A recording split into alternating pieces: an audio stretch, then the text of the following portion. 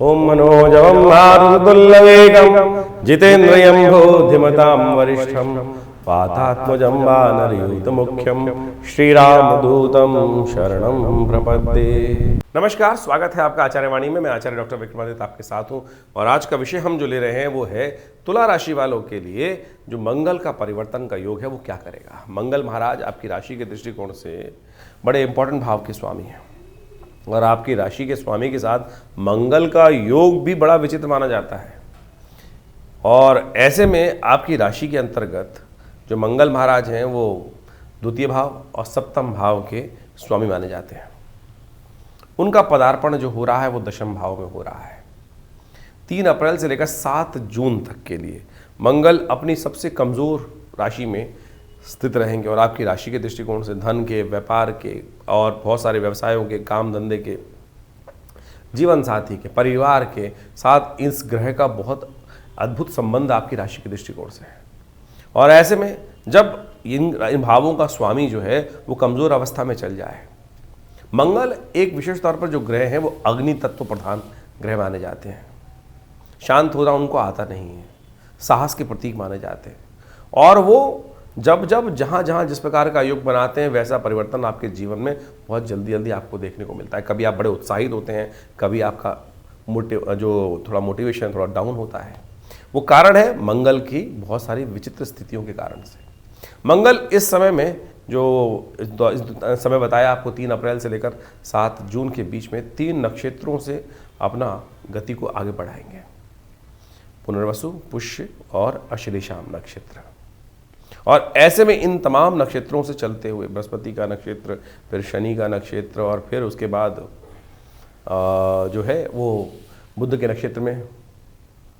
तो ऐसे में इन नक्षत्रों से जाते हुए शनि महाराज के जब नक्षत्र में जाएंगे तो परम नीच स्थिति में रहेंगे मंगल और ऐसे में आपके उत्साह को थोड़ा कम करते दिखाई देंगे। ऐसे में कई मामलों में थोड़ा क्लैश बढ़ता सकता है और ऐसे में जो है इमोशनल पॉइंट ऑफ व्यू से थोड़ा सा आपका ग्रह जो है वो आपको थोड़ा परेशान कर सकता है। थोड़ा सा मोटिवेशन डाउन होता दिखाई देगा, थोड़ा सा उत्साह चीज़ों में कम होता दिखाई देगा, निरस्ता जीवन में परेशान कर सकती है। तो ऐसे में थोड़ा सा अपने आप को मोटिवेट रखने की खास ज़रूरत आपको दिखाई देती है।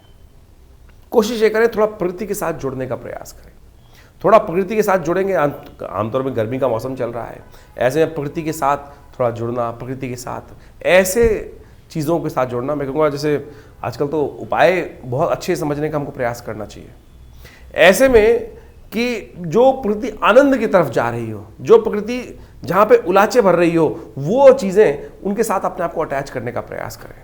मंगल जब भी किसी भी राशि के दृष्टिकोण से, यदि आपकी राशि के दृष्टिकोण से बात करें, तुला राशि है, तुला राशि वाले जो बैलेंस करने की बात करते हैं और ऐसे में यदि मंगल थोड़ा कमज़ोर पड़ जाए तो क्या होता है, थोड़ी उदासीनता जीवन में बढ़ जाती है, उत्साह जीवन में कम होता चला जाता है।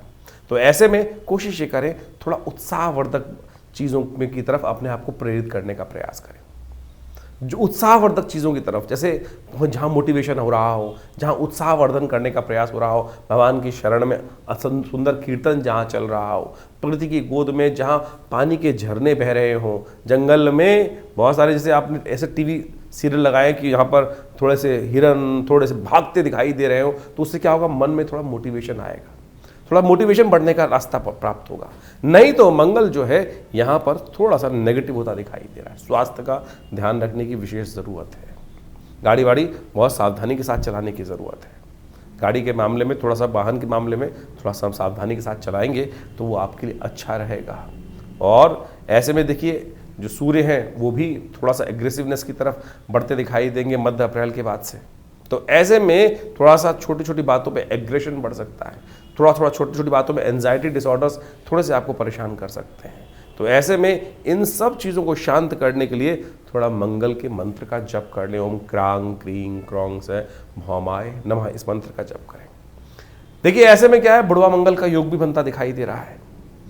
बुढ़वा मंगल जब आए तो हमने कुछ प्रयास किया है कि हम विवेकानंद योगाश्रम में ऐसे में सुंदर कांड के पाठ लगातार मंगलवार के मंगलवार आश्रम पे व्यवस्था करा दें। आप भी अपने जीवन में नित्यपति हो सके तो थोड़ी देर सुंदर कांड का पाठ अवश्य करने का, हनुमान जी का सानिध्य लेने का प्रयास करें। हनुमान जी का सानिध्य लेने से क्या होगा कि उत्साह, जो मंगल का आमतौर पे क्या है, कमजोर स्थिति में है, दशम भाव में है, दशम भाव में जो राज्य का मालिक है, भाव का मालिक है, नौकरी का मालिक है, सम्मान का मालिक है, वहाँ पर कई चीज़ क्या होता है, जैसे बनी बनाई चीज़ हमको सम्मान मिलना था, वहाँ थोड़ी कमी आ गई तो मन थोड़ा सा अपने आप को कमजोर स्थिति में डाल सकता है। और ऐसे में मंगल का जो महत्वपूर्ण परिवर्तन कुछ दिन बाद आपको देखने को मिलेगा, वो आपके बहुत सारे लाभ देने के योग बनाएगा, लेकिन ऐसे में अपने आप को डिमोटिवेट ना होने दें। तो ऐसे में हनुमान चालीसा का नित्य प्रति पाठ करें। देखिए, हनुमान चालीसा का सुंदर पाठ कर लेने से क्या होगा, विशेष तौर पे आपके अंदर मोटिवेशन बढ़ जाएगा। ध्यान रखिएगा, मंगल यहाँ पर पिता वाले स्थान में चल रहा है, माता वाले स्थान को देख रहा है, तो थोड़ा विशेष तौर पे हमको ये सम्मान रखना है कि हम बड़े बुजुर्गों का सम्मान करने का प्रयास है। कई बार क्या हमारा मन अशांत चल रहा होता है तो हमारे मुख से पता नहीं थोड़ा सा इस तरह भाव से बन जाता है, मन से ऐसा स्थिति हो जाती है कि हम किसी न किसी का अपमान कर देते हैं, हमारी बातें किसी को चुभ सकती हैं। तो ऐसे में आपका प्रभाव, ग्रह का प्रभाव जो है थोड़ा और नेगेटिव हो सकता है। तो इन सब चीज़ों का ध्यान रखते हुए कार्य करने का प्रयास करेंगे तो अच्छा रहेगा। मंगल महाराज भारतीय संस्कृति के अनुसार से शिव के ही अंश माने जाते हैं और शास्त्र में इसके ऊपर अद्भुत कथा आई। देखिए, उपाय बड़े सरल होने चाहिए। आमतौर पर समस्या क्या है कि कुछ लोग बहुत क्लिष्ट उपाय, बहुत महंगे उपाय बताने का प्रयास करते हैं। देखिए, शास्त्र में, अध्यात्म में, भारतीय संस्कृति में बड़ी सरलता से रास्ते बताए गए हैं। एक व्यक्ति किसी महात्मा के पास गया, उसको घर जाना था, बहुत समस्याएं चल रही थी। कथा को मैं छोटे रूप में समझाने का प्रयास करूंगा, बहुत लंबी कथा नहीं सुनाऊंगा, छोटे से सार रूप में समझने का प्रयास करें। बड़ी सरलता से उस कथा को यदि हम समझ लें तो जीवन के कष्टों को दूर कर सकते हैं। एक महात्मा के पास गया, महात्मा जी, जीवन में संकट है, रास्ते में जाना है मुझे, मेरा गाँव उस तरफ है और रास्ते में पानी चढ़ा हुआ है, नदी में पानी चढ़ा हुआ है और मैं पार नहीं कर सकता। बाबा ने कहा, आध्यात्मिक दृष्टिकोण में चिंता मत करो, मैं आपको एक उपाय बताता हूँ। एक बाबा जी ने एक कुछ मंत्र उसको लिखा और एक कागज के लिखकर भोजपत्र में उसको हाथ में दे दिया। बोलो, इसको अपने मुट्ठी में रख ले और जैसे ही जैसे बस केवल भगवान का स्मरण कर कर इसको लेके चलता चला जा, पानी तेरा हटता चला जाएगा। उसने उसको रास्ते में देखा तो वो चमत्कार था कि जहाँ जहाँ वो लेके जा रहा था वो पानी हटता चला जा रहा था और वो भागता चला जा रहा था। उत्कंठा हुई रास्ते में देखते देखते, कह रहे ऐसा क्या बाबा जी ने दे दिया है। उसने पर्ची खोली, उसमें राम नाम लिखा था। अरे, राम नाम लिखा है। इतना सा देखा और देखता क्या है कि वो पानी वापस उसकी तरफ भागता चला आ रहा है। भागा वापस, अरे डूब जाऊंगा। और महात्मा के पास वापस पहुंचा, महात्मा की शरणागति प्राप्त की। महाराज, आपने कहा था देखना, मैंने देख लिया। बाबा ने कहा, कोई बात नहीं, चिंता मत कर, मैं दोबारा कुछ बना के देता हूँ। बाबा ने फिर एक उपाय दिया और हाथ में कहा, बस इसको लेके जा, अब चिंता मत करियो, बस लेके चला जा। और उसके बाद वो फिर वही गया पूरा पार करते हुए। अब तो उसको एक बार एक्सपीरियंस कर चुका था, उसने बाबा की बात को पूरी तरह अक्षर से अक्षर माना और उसके बाद उस रास्ते को पार कर लिया। पानी घटा और वो पार कर गया बिना किसी द्वंद्व के कारण से। घर पहुंचा, घर पहुंच के फिर खोलता है हाथ को, पुड़िया को, उत्कंठा, क्योंकि हम भी ऐसे हैं हठधर्मी जो हैं, जो ना तो विश्वास करते किसी बात पर। उसने फिर खोल के देखा और उसमें लिखा वही राम नाम। इस संसार को पार करने के लिए राम नाम ही तो है, उपाय यही है। जो उल्टा जपो, सीधा जपो, वही पार कर जाएगा। उल्टा जप के वाल्मीकि बड़े ज्ञानी बन गए। तो सोचो, ये स्थिति थी। लेकिन हमें भी क्या होता है, हमारे को बड़े बड़े पैसे खर्च करके उल्टे सीधे कार्य कर कर तभी हमको मजा आता है। अरे सीधी तरीके से हमने आपके इन ग्रहों को बदलने के लिए सीधा साधा रास्ता बता रहे हैं ना, आप सीधी तरह से उस पर विश्वास करके चलने का प्रयास तो करो। ये सीधे साधे उपाय ही, बिना किसी कारण, बिना किसी खर्चे के उपाय, हमको हमारे गुरुदेव सिखाते थे कि भाई ऐसा उपाय मत बताओ कि जिसमें हजारों रुपए खर्च होते, क्या होगा उस उपाय को खर्च करके। सीधे तरीके से आप इन सरल उपायों को जो हम इस चैनल के माध्यम से आपके समक्ष रखते हैं, आपकी राशि के दृष्टिकोण से हम बताते हैं, वही करने का प्रयास कीजिए ना, तो आपके जीवन के कष्ट दूर होंगे। आज की तारीख में आप किसी भी जन्म पत्री को दिखाने जाते हैं, कहीं भी जब बात करते हैं, देखिए बाबाओं ने क्या होकर, कितनी मालाएं, कितने कंठ पहनकर, पता नहीं क्या क्या स्थिति, बाह्य आवरण कैसा बना रखा है। वो एक मिसमरिज्म क्रिएट करने का प्रयास किया जाता है। बहुत अध्यात्म बहुत सरल है और ज्योतिष बिना अध्यात्म के नहीं हो सकता। अध्यात्म के दृष्टिकोण से समझने का प्रयास करें तो आपकी राशि में जो ग्रहों का योग है, मंगल क्या खेल करने वाले, मंगल है कौन, इसके विश्वास जगाने के लिए हम पूरा एक रास्ता आपको बताने का प्रयास कर रहे हैं। समझेंगे तो हमारा विश्वास है आपके कष्टों को दूर करने का रास्ता आप अवश्य बना पाओगे। अब सवाल ये उठता है कि मंगल है कौन। भारतीय सनातन संस्कृति में हमारे वेद इत्यादि उपनिषद इत्यादि ग्रंथों के अंदर हर चीज़ की उत्पत्ति और उत्पत्ति का कारण हर चीज़ उपस्थित की गई है, और उन मूलभूत सिद्धांतों को, कथाओं को हम समझकर वास्तविक तौर पर उनका प्रभाव किस प्रकार का जीवन में होगा वो हम समझ सकते हैं। जैसे चंद्रमा कहाँ से उत्पन्न हुए, सूर्य कहाँ से उत्पन्न हुए, किस प्रकार से उत्पन्न हुए, क्या उनकी कथा है, इसके साथ साथ स्वभाव क्या है, किस प्रकार के योगायोग जो ज्योतिष के दृष्टिकोण से हमें दिखाई देते हैं वो बनेंगे, क्या होंगे, किस प्रकार के करेंगे। तो वीरभद्र की उत्पत्ति की कथा भी बड़ी विचित्र है। जो मंगल वीरभद्र ही है, वास्तविक तौर पर शिव के गण हैं। वीरभद्र जो थे वो भगवान शिव के पसीने से उत्पन्न हुए थे और विशेष तौर पर दुख, भय, क्रोध का प्रतीक माने जाते हैं। और मंगल की स्थिति वास्तविक तौर पे हमको समझ लेना चाहिए, मंगल इन तीनों का ही प्रतीक माना जाता है।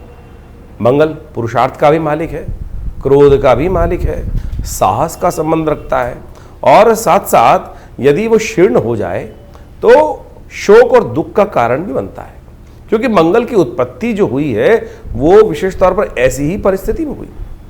कहा जाता है शास्त्रों की कथा के अनुसार से, यदि आप विभिन्न ग्रंथों को पढ़ें तो वहाँ वो कथा का वर्णन अद्भुत रूप से आता है। जब सती ने भगवान शंकर के समक्ष अपनी इच्छा रखी कि वो उनके पिता दक्ष प्रजापति ने जो यज्ञ रखा था उसमें जाना चाहती हैं, तो भगवान ने मना किया कि बिना बुलाए नहीं जाना चाहिए। चाहे अपना घर भी हो, अगर वो आमंत्रण नहीं है तो वहाँ नहीं जाना चाहिए। और दक्ष ने तो साक्षात शिव को उस यज्ञ में बुलाया ही नहीं था, जो उन्होंने अपने अभिमान के लिए रखा था, अपने अभिमान की पूर्ति के लिए रखा था। और ऐसे मूड बहुत हैं जो इस संसार में अपने अभिमान की पूर्ति के लिए सत्य को समझ नहीं पाते हैं, सत्य का परित्याग कर देते हैं। दक्ष ने यही धृष्टता करी। ये कथा बड़े अद्भुत रूप से समझने की है।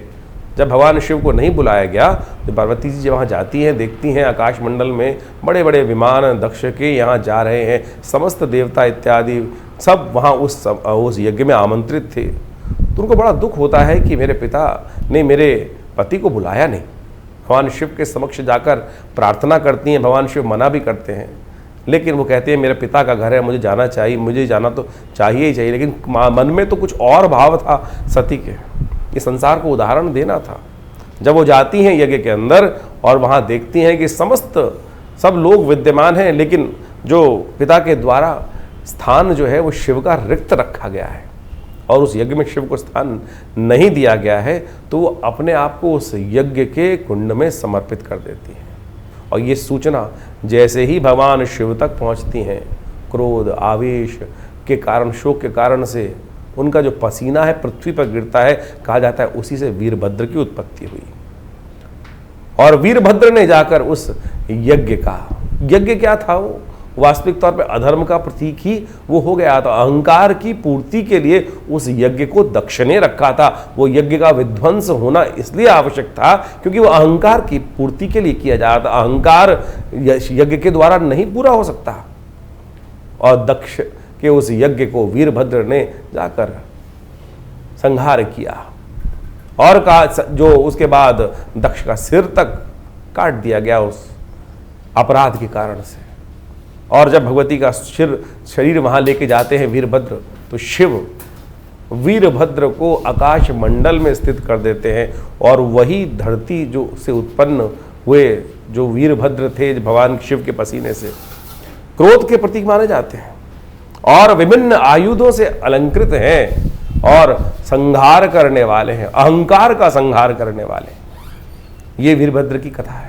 और कहा जाता है कि ये संयोग जब बनता है, विशेष तौर पर जब मंगल और चतुर्थी का संयोग बन जाता है, उसी दिन वीरभद्र जयंती मानी जाती है, मंगल की जयंती मानी जाती है। और भगवान शिव के आशीर्वाद से वो आकाश मंडल में उस दिन से स्थिर है, धरती पुत्र माने जाते हैं। इनका एक गायत्री के रूप में भी मंत्र आता है, अंगारकाय विद्महे धरती पुत्राय धीमहि तन्नो भौमः प्रचोदयात्। इस प्रकार से उनकी गायत्री आती है, और उसका स्तवन कर लेने से कहा जाता है कि मंगल के बहुत सारे दोष शांत हो जाते हैं। तो ये वीरभद्र जो हैं, जो वास्तविक तौर पर मंगल के रूप में आकाश मंडल में स्थित है, उनका स्वभाव आपने समझा। और इस वक्त जो ग्रहों का परिवर्तन का योग बना है, मंगल जो है कर्क राशि में जा रहे हैं। मंगल एक अग्नि तत्व की राशि के मालिक माने जाते हैं, और अग्नि तत्व की राशि के होते हुए वो जल तत्व की राशि में, कर्क राशि जल तत्व की राशि, जल तत्व के होते हुए जब अग्नि और विशेष तौर पे आप समझें कि जल तत्व के साथ जाके बैठेगी तो क्या वो वाष्पीकरण होगा, उड़ेगा, वो वाष्पीकरण होगा, मंगल निस्तेज हो जाएंगे, दुस्साहस करने के योग बन जाते हैं। विश्व में जब भी मंगल कर्क राशि में आते हैं, आप सत्य मान लें, जो दुस्साहस करने वाली प्रवृत्ति है संसार में बढ़ जाती है। और उन दिनों विशेष तौर पर यदि आप एनालाइज करके देखें, हमने इस बात को बहुत अच्छे से एनालाइज करके देखा, यहां तक कि जो गलत तरफ जाने का रुझान है वो बढ़ जाता है। और तो और दुस्साहस करते हुए लोग, कई बार ऐसा देखा जाता है कि विशेष तौर पर आत्मदाह करने वाली, आत्महत्या वाली बातें, जो मेंटली लोग थोड़े वीक होते हैं, ऐसी समस्याएं उस समय बढ़ जाती हैं। नशे की स्थितियां वाला काम बहुत ज्यादा बढ़ जाता है। मंगल जो है साहस का प्रतीक है, और जब मंगल साहस जब है वो निस्तेज, कर्क राशि में जाके वो निस्तेज हो जाते हैं, नीच के बोले जाते हैं, और ऐसे में वो 3 नक्षत्रों को पार करते हैं। 3 नक्षत्रों की स्थिति में जाते हैं, पुनर्वसु, पुष्य और अश्लेषा। पुनर्वसु के अंतिम चरण में, और पुष्य नक्षत्र जो शनि का नक्षत्र है वो इसलिए भयावह माना जाता है, मंगल को सबसे कमजोर माना जाता है। एक तो वो शनि के नक्षत्र में चले जाते हैं, पुष्य के चारों चरण उसी में पार करते हैं। उसके बाद अश्लेषा नक्षत्र में भी वो विहार करते हैं। तो ये जो नक्षत्र हैं, इनमें सबसे भयावह स्थिति मंगल की तब होती है जब वो पुष्य नक्षत्र में जाते हैं। ऐसे में मंगल को शांत करने के लिए अनेक उपाय शास्त्र में वर्णित हैं, और उन सब उपायों को कर आप अपने कष्टों को दूर करने के सुंदर योग बना सकते हैं। जो हमने आपको उपाय बताए भी बहुत सारे, उसके अंतर्गत यदि एक और श्रेष्ठ उपाय आप करने का प्रयास करें, शिव ही तो मंगल हैं, शिव के गण ही तो वो वीरभद्र थे, और वही तो शिव से ही तो वास्तविक तौर पर उनका शिव की आराधना कर यदि मंगलवार के मंगलवार गुड़ के जल से, मीठे जल से या गन्ने के रस से भगवान शिव का अभिषेक कर लिया जाए, ओम नमः शिवाय इस मंत्र का स्तवन करते हुए, मंगल की गायत्री का पाठ करते हुए, तो कहा जाता है कि मंगल के बहुत सारे नेगेटिव प्रभाव दूर होने के रास्ते आपको प्राप्त होंगे। तो ये बात आपको सैद्धांतिक तौर पे समझते हुए कार्य करने का प्रयास करना चाहिए। इससे आपके जीवन के बहुत सारे कष्टों को दूर करने का रास्ता आपको प्राप्त होगा, ग्रह नक्षत्रों में परिवर्तन का रास्ता आपको प्राप्त होगा। इसके साथ साथ आपको ये भी समझना चाहिए कि हम हर चीज़ को राशि के दृष्टिकोण से विभाजित करने का प्रयास करते हैं। अब हमको इस चैनल के माध्यम से आपके समक्ष गोचर की व्यवस्था समझानी है, लेकिन ये गोचर की व्यवस्थाएं जो हैं वो तो एक सार्वभौमिक रूप में है। आप ये समझें कि जिन दिनों ये मंगल जिस प्रकार की स्थिति में रहते हैं, इस बार तो वैसे ही जो वर्ष चल रहा है, संवत 2082 आरंभ हुआ है, सूर्य का वर्ष है, ऐसे में मंगल का स्थिति में इस प्रकार से आना, जो करीब करीब 3 अप्रैल से लेकर 7 जून तक ये स्थिति मंगल की रहेगी, और इसमें विभिन्न नक्षत्रों में मंगल का प्रवेश होगा। जैसे हमने आपको बताया, इन सब में अलग अलग प्रभाव मंगल, हम समय समय पर उस बारे में आपको अवगत कराते रहेंगे। लेकिन अग्निकांड, दुस्साहसपूर्ण कार्य, विश्व में को अशांत करने के लिए जो नेगेटिव सोच वाले लोग हैं वो दुस्साहस करने का कार्य कर सकते हैं। आतंकवादी घटनाएं, आमतौर पर जब भी मंगल इस प्रकार की स्थिति में आता है, कर्क राशि में आता है, तो दुस्साहसपूर्ण कार्य सामने आ गए। देखिए, मंगल प्रतीक है साहस का, साहस आएगा तो मंगल को सेनापति कहा जाता है ज्योतिष के दृष्टिकोण से। जब मंगल सेनापति पूर्ण ताकत में होगा तो सामने आकर व्यक्ति लड़ेगा, सामने आकर वो साहस करने का प्रयास करेगा। लेकिन जब मंगल क्षीण हो जाता है तो दुस्साहस, गलत कार्य, निकृष्ट कार्य करने की तरफ गलत मानसिकता के लोग ज्यादा प्रेरित हो जाते हैं। आतंकवादी घटनाएं, जो बम विस्फोट इत्यादि की घटनाएं ज्यादा विशेष तौर पर घटने के कार्य करते हैं, जिनको नीचता वाले कार्य कहा जाता है, यानी गलत तरफ ताकत लगाकर कार्य करने की तरफ, निकृष्ट कार्य करने की तरफ मनोवृत्ति लोगों की बदलती चली जाती है। नुकसान पहुंचाने का कार्य, मानवता को नुकसान पहुंचाने का कार्य, ऐसे में निकृष्ट मानसिकता के लोग ज्यादा करते दिखाई देंगे। शांत होकर आपको समझने का प्रयास करना है, आपको अपने जीवन की रक्षा करने का प्रयास करना चाहिए। ज्योतिष में ग्रह योग की गणनाएं जो हैं वो विशेष तौर पर बड़े वृहद रूप से बताई जाती हैं, और इस वक्त विभिन्न राशियों के अनुसार से अलग अलग प्रभाव तो समझ लेना चाहिए। तो हम हर राशि के अनुसार से आपको आपकी राशि के अनुसार से ये बात तो बता ही रहे हैं, लेकिन फिर भी आपकी ग्रह गणना तो अलग होगी, ये बात भी आपको समझ में आती है। राशि के दृष्टिकोण से गोचर का प्रभाव तो समझ में आ जाएगा, लेकिन मूलभूत कुंडली के अंदर जो ग्रहों का योगायोग बना है वो कितनी ताकत में है। हाँ, अगर आपकी कुंडली में वैसे ही कहीं ना कहीं नीच के बैठे हुए हैं मंगल और गलत अवस्था में, अस्त अवस्था में है, तो ये आपके लिए समय भयावह हो सकता है। और वहीं अगर आपकी कुंडली में मंगल पूर्ण ताकत में है, मंगल की दशाएं अच्छी चल रही हैं, नवांश में मंगल शुद्ध होकर बैठा है, तो आपके लिए इतना गलत का समय नहीं होगा जितना ओवरऑल दिखाई देता है। तो ऐसे में आप अपनी जन्मपत्री को समय समय पर अच्छे से चेक कराते रहें, पूछते रहें, गणनाएं जानते रहें। जैसे हम कहा जाता है ना कि आज की तारीख में मॉडर्न ज़माने में कहा जाता है कि डॉक्टर साहब के पास जाकर समय करीब 6 महीने में कम से कम एक बार अपने ब्लड टेस्ट और पूरी संपूर्ण रूप से कंसल्टेशन ले लेनी चाहिए।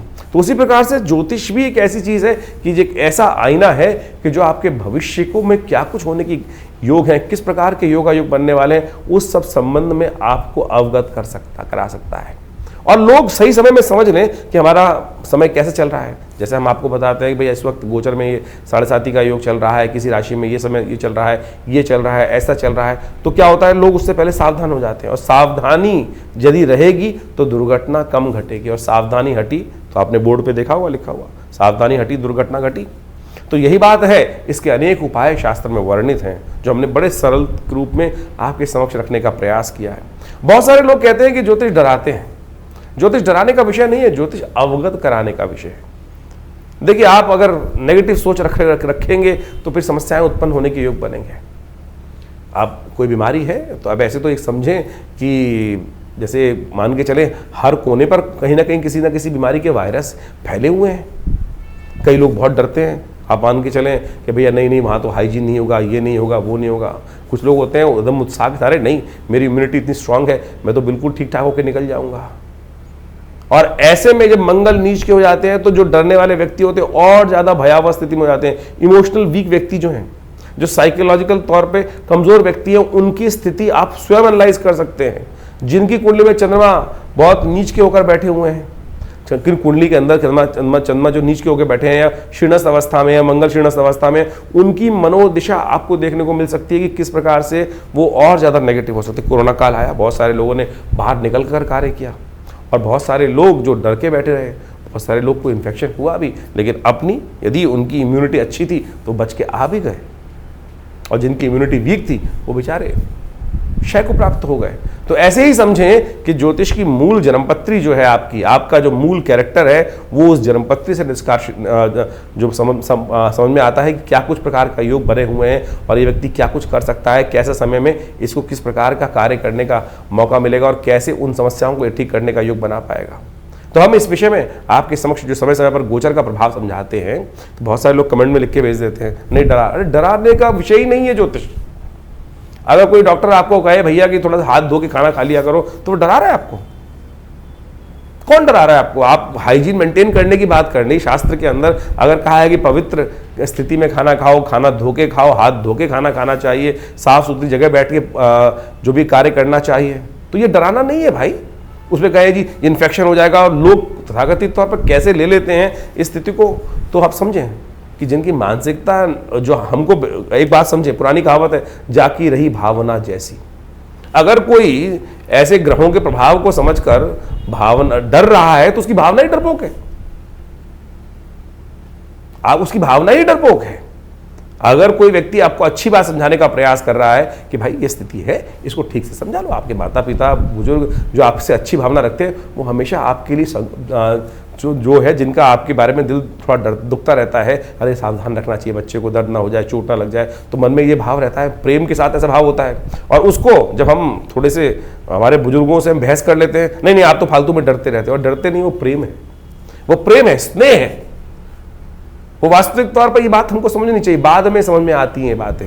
इसलिए कोशिश ये करें, जो ज्योतिष के विषय हमने आपके समक्ष रखे हैं वो वास्तविक तौर पर वैज्ञानिक तथ्यों पर आधारित है। इन कथाओं को हम इसीलिए यहाँ डालते हैं, समझाने का प्रयास करते हैं कि ज्योतिष कपोल कल्पित गणनाओं पे नहीं चलती, प्रत्यक्ष प्रभाव से। नासा जैसे ऑर्गेनाइजेशंस, विश्व के आज बहुत रेप्यूटेड जो ऑर्गेनाइजेशंस हैं, वो भी हमारी गणनाओं को समझते हैं और हमारी गणनाओं के अनुसार से सोचे कितना सुंदर संस्कृति रही होगी। लेकिन कुछ है मूड जो आपके साथ उपहास करते होंगे, अपनी संस्कृति का उपहास करने का प्रयास करते हैं। तो हमारा आपसे अनुरोध है, हमारा आपके समक्ष एक विशेष तौर पर बात रखने का तरीका है, कोशिश करें इन गणनाओं को हल्के में ना लिया करें। हम आपके साथ समय समय पर जुड़े रहते हैं और दिल्ली में हमारा ये संस्थान जो विवेकानंद योगाश्रम है, पिछले करीब 60-70 सालों से आप सबके लिए कार्य कर रहा है, आध्यात्मिक क्षेत्र में कार्य कर रहा है। और बहुत सारे यज्ञ इत्यादि समय समय पर चलते ही रहते हैं आश्रम में। आप सब उस यज्ञ इत्यादि में सम्मिलित हो सकते हैं। अभी हमने इस ये ग्रहों के परिवर्तन से पहले मंगल की अंगारक चतुर्थी पड़ी और उस दिन बड़े 1 अप्रैल को बड़ा सुंदर दुर्गा सप्तशती का यज्ञ चल ही रहा था। उसमें भी सब लोगों को ने आके भाग लिया, अपने नाम से यज्ञ कराए, उसके साथ साथ और उस दिन सुंदरकांड का पाठ भी किया। तो इस मंगल के नेगेटिव प्रभाव को दूर करने के लिए जितने मंगल पढ़ें उसमें अवश्य सुंदरकांड का पाठ अवश्य करने का प्रयास करें और आपकी श्रद्धा के साथ भगवती कृपा से आपके कष्ट दूर होने के योग बनेंगे। ऐसे में बुढ़वा मंगल भी पढ़ेंगे और हम विवेकानंद योगाश्रम में व्यवस्था बना रहे हैं कि लगातार जितने भी मंगल इसमें पढ़ें उसके लिए मंगल ग्रह की शांति करने के लिए, आपके ग्रहों को दोषों को दूर करने के लिए वहाँ लगातार यज्ञ इत्यादि के बहुत सारे कार्यक्रम रहेंगे। नंबर्स आपके सामने स्क्रीन पर चलते रहते हैं और हम आपको समय समय पर आपके राशिफल के अनुसार से अवगत भी कराते रहते हैं। तो आप भी अपने उस कार्य को करने के लिए स्वयं पधार सकते हैं। विवेकानंद योगाश्रम में ये व्यवस्था है कि आप खुद आकर पूजा कर सकते हैं। बहुत सारी संस्थाओं में ऐसा होता है पूजा हो रही नहीं हो रही पता ही नहीं चल रहा है। हम उस व्यवस्था को आपके साथ जोड़ते हैं। हर रविवार को अभी और इन दिनों जहाँ जब ये स्थिति रहेगी, मंगल ऐसी खराब स्थिति में रहेंगे, तो आश्रम पर सुंदरकांड की सुंदर व्यवस्था हमने लगातार रखने का प्रयास किया है। आप भी अपने नाम गोत्र को आश्रम पर भेजकर अपने स्थान को आरक्षित कर यदि खुद बैठना चाहें तो आपका स्वागत है। इन समस्त कार्यक्रमों में जो समय समय पर रहेंगे आप उसमें बैठकर अपने ग्रहों का उपचार बहुत सुंदर तरीके से कर सकते हैं। और शास्त्री माने हमारे यहाँ जो यज्ञ की व्यवस्था है ना, वो सबसे सुदृढ़ व्यवस्था है।